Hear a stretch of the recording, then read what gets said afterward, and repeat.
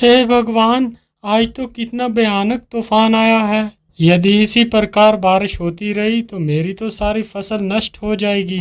प्रकाश एक बहुत ही सच्चा और ईमानदार व्यक्ति था। वो अपने बूढ़े माता पिता के साथ इसी घर में रहता था। पूरी रात जोर जोर से बारिश और तूफान होता रहता है।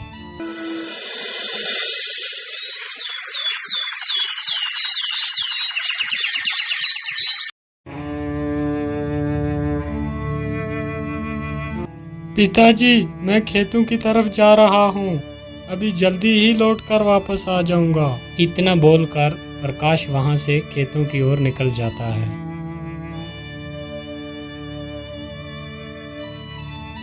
प्रकाश चलते चलते फिर अपने खेतों के पास पहुंच ही जाता है और वो क्या देखता है कि उसकी अपनी सारी फसल जो थी वो नष्ट हो चुकी है।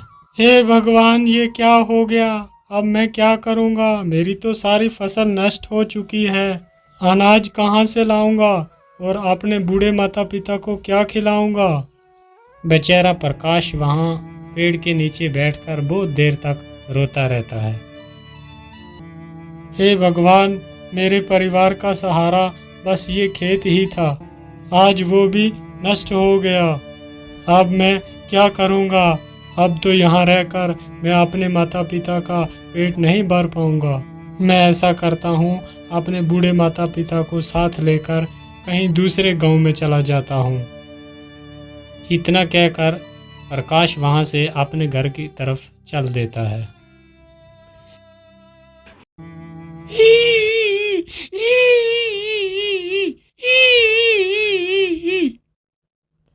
अरे, ये आवाज किसकी है?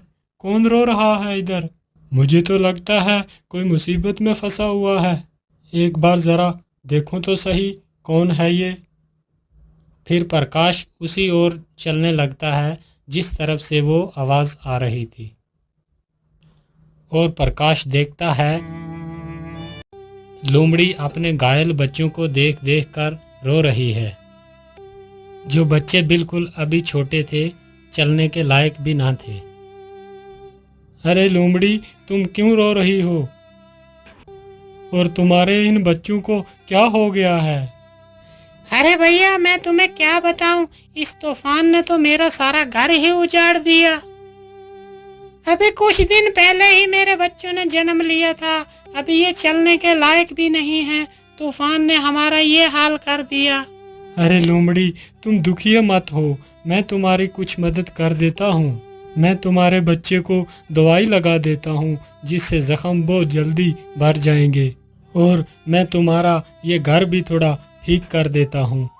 प्रकाश की ये बात सुनकर लोमड़ी की थोड़ी जान में जान आई। प्रकाश जल्दी से जाता है और कुछ दवाई की पत्तियाँ तोड़कर लाता है और जल्दी ही उन घायल बच्चों के घावों पर लगा देता है। और फिर वो जल्दी से वो गिरा हुआ पेड़ जो था जिसमें वो रह रहे थे उसे सही जगह पर। ये देखकर लोमड़ी बहुत ज़्यादा खुश हो जाती है।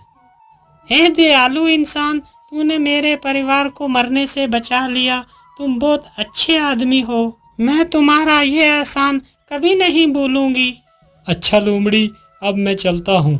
अरे रुको भैया, तुमने मुझे मुसीबत से निकाला, लेकिन मैं देख रही हूँ तुम्हारे चेहरे पे बहुत उदासी है। क्या कारण है? तुम इतने परेशान क्यों हो? अरे मैं क्या ही बताऊँ, जिस जालिम तूफान ने तुम्हें कष्ट दिया है उसी जालिम तूफान ने मेरा भी खेत जो था वो सारा तबाह कर दिया है। और उसी फसल से मेरी सारी उम्मीदें थी। अब वो फसल भी सारी नष्ट हो चुकी है।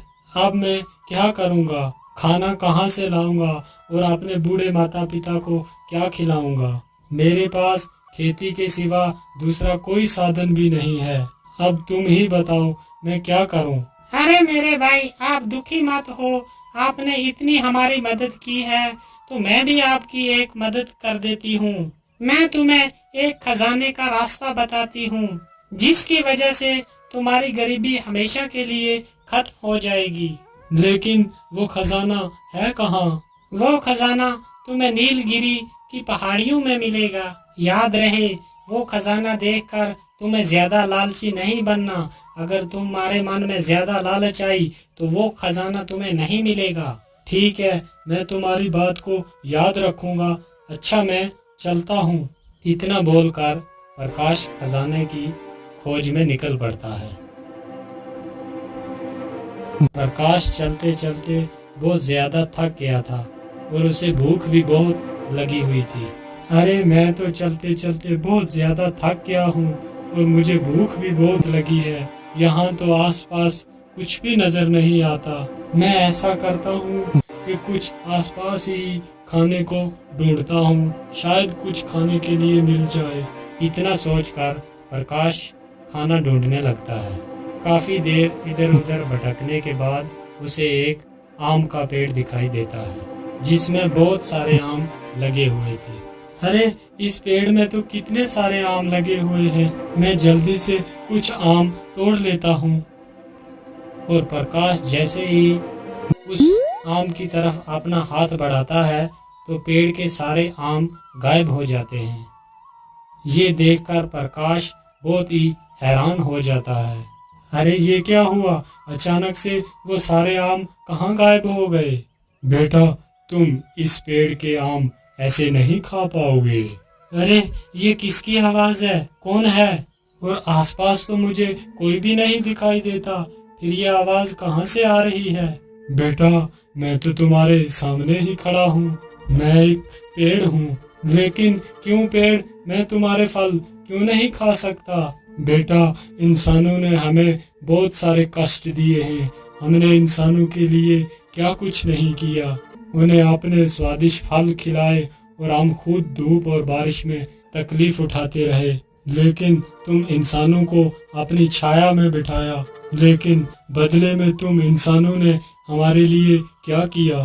तुमने बारी बारी सारे पेड़ काट दिए हैं, जिसकी वजह से आज इतनी कड़कती धूप पड़ रही है। इसका कारण सिर्फ तुम ही हो। और इस गर्मी की वजह से हमें भी पर्याप्त पानी नहीं मिल रहा। इसकी वजह से हमारी तने भी सूख रहे हैं आहिस्ता आहिस्ता। अगर ऐसा ही चलता रहा तो जल्दी ही पृथ्वी का विनाश हो जाएगा। यदि इस विनाश को रोकना है, यदि कोई व्यक्ति एक पेड़ किसी मजबूरी के कारण काटता है, तो उसके बदले कम से कम उसे 3 पेड़ लगाने होंगे, तभी हम इस पृथ्वी को सुरक्षित रख सकते हैं। लेकिन पेड़, मैं इसके लिए क्या कर सकता हूँ? बेटा, मैं तो किसी के पास जाकर ये बात नहीं बता सकता, लेकिन ईश्वर ने तो तुम्हें पैर दिए हैं।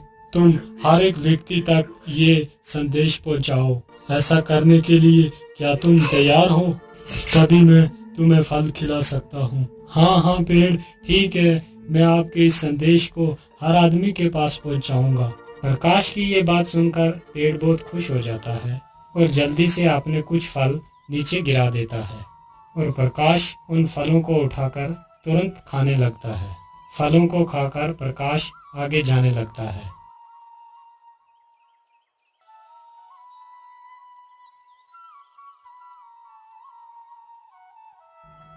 अरे बाप रे बाप, इतनी जोर की धूप पड़ रही है और इस धूप में चलना तो बहुत मुश्किल हो रहा है और मुझे बहुत सारी प्यास भी लगी है, लेकिन नदी तो पास में ही है। चलो थोड़ा सा पानी ही पी लेता हूँ। पानी पीकर जैसे तो सारी थकान दूर हो जाती है। अरे, पानी के भीतर ये क्या है जो इतना चमक रहा है?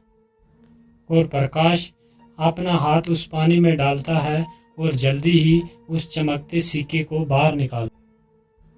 अरे, ये तो सोना है, लेकिन इस नदी के भीतर ये सोना आया कहाँ से? वो नदी उसी नीलगिरी पहाड़ी से होकर गुजरती थी, जिसकी वजह से कभी कभी सोना उस नदी में बहकर आ जाता था। इसका मतलब ये नदी नीलगिरी पहाड़ी से होकर आती है। चलो जल्दी से मैं गुफा के पास जाता हूँ।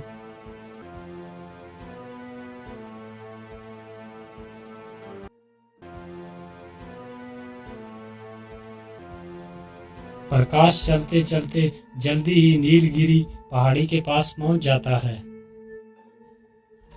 मैं इस गुफा के बीच तो आ गया, लेकिन खजाने का कुछ पता ही नहीं है कहाँ पर होगा।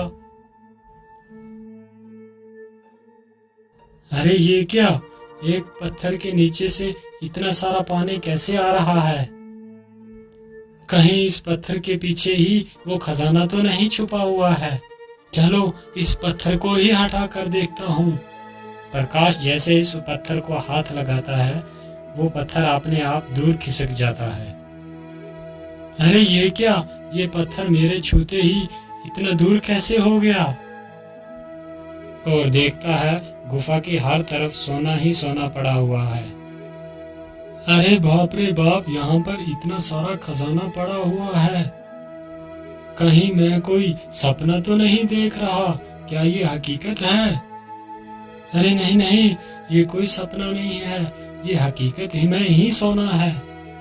चलो मैं अपनी जरूरत के हिसाब से ही सोना ले लेता हूँ। और प्रकाश एक पोटली भरकर सोना ले लेता है। आहा, इतना सोना मेरे जीवन के लिए बहुत काफी है। इतना कहकर प्रकाश सोने की पोटली अपने सिर पर रखकर वहां से निकल पड़ता है। रुक जाओ, कौन हो तुम? और इस पोटली में क्या लेकर जा रहे हो? क्या हुआ, तुम कुछ बोल क्यों नहीं रहा? इस पोटली के भीतर क्या छुपा के रखा है तुमने? अरे सरदार, ये ऐसे आदमी नहीं बताएगा। हम इसकी पोटली छीनकर खुद ही देख लेते हैं कि इसकी पोटली के भीतर क्या रखा है। हाँ जोरावर सिंह, तुम जल्दी से इसकी पोटली छीन कर ले आओ। बेचारा प्रकाश डर जाता है और उस पोटली को उस डाकू को दे देता है। अरे वाह, इसमें तो बहुत सारा सोना है। अरे युवक, तुम्हें ये सोना कहाँ से मिला? जल्दी से बताओ, वरना मारे जाओगे। भाई, ये सोना तो मुझे इसी गुफा से ही मिला है। वहाँ पर तो ढेर सारा सोना पड़ा है। मैंने अपनी जरूरत के हिसाब से थोड़ा ही सोना लिया है। क्या कहा? इतना सारा सोना? और जिस सोने को हम वर्षों से ढूंढ रहे हैं, और वो सोना तुम्हें मिल गया? हाँ भाई, वो सोना मुझे ही मिला है। और चल जल्दी जल्दी, और वो बता मुझे सोना कहाँ पर है, नहीं तो तुम्हें मारकर इसी गुफा में दफना देंगे। ठीक है भाई, अब मुझे कुछ मत करना, मैं आपको उसी गुफा के अंदर ले चलता हूँ। और जल्दी से जाकर उस बड़े पत्थर के पास रुक जाता है। क्या हुआ, तुम यहाँ पर क्यों रुक गए? यहाँ पर तो कोई सोना नजर नहीं आ रहा। अरे भाई, इस पत्थर के पीछे ही तो वो खजाना छुपा हुआ है। क्या इस पत्थर के पीछे वो खजाना है? लेकिन तू इस पत्थर के पीछे गया कैसे? और तुमने अकेले ने ये रास्ते से हटाया कैसे? अरे दुष्ट, तू मुझे मूर्ख बना रहा है कि तूने अकेले ही नहीं ये इतना बड़ा पत्थर हटा लिया, जबकि हम सारे लोग मिलकर इस पत्थर को दिन भर नहीं हिला सके, और तूने इस पत्थर को अकेले ही हटा दिया। नहीं भाई, मैं झूठ नहीं बोल रहा, मैंने सचमुच अकेले ही इस पत्थर को हटाया था और इसके अंदर मैं गया था। यदि ऐसी ही बात है तो तू मेरे सामने ही इस पत्थर को हटा, जरा मैं भी तो देखूं कि तूने अकेले ही इतने बड़े पत्थर को कैसे हटा दिया। ठीक है भाई, मैं अभी इस पत्थर को हटाता हूँ। इतना कहकर प्रकाश जैसे ही उस पत्थर को छूता है, वो पत्थर अपने आप दूर खिसक जाता है। पत्थर दूर खिसकते ही गुफा का सारा खजाना साफ साफ दिखाई देता है। खजाना देखकर तीनों डाकू तो पागल ही हो जाते हैं। अरे वाह वाह वाह, इतना सारा खजाना है। आखिरकार ये सोना हमारे हाथ लग ही गया। अब तो हम ही इस सारे खजाने को उठाकर ले जाएंगे। डाकू के इतने बोलते ही गुफा का दरवाजा अपने आप बंद हो जाता है। तीनों दुष्ट डाकू उसी गुफा के अंदर फंस जाते हैं और प्रकाश अपनी उस सोने की पोटली को उठाता है और वहां से भाग जाता है। और वो डाकू तीन के तीन अंदर ही उस गुफा के दम घुट के मर गए।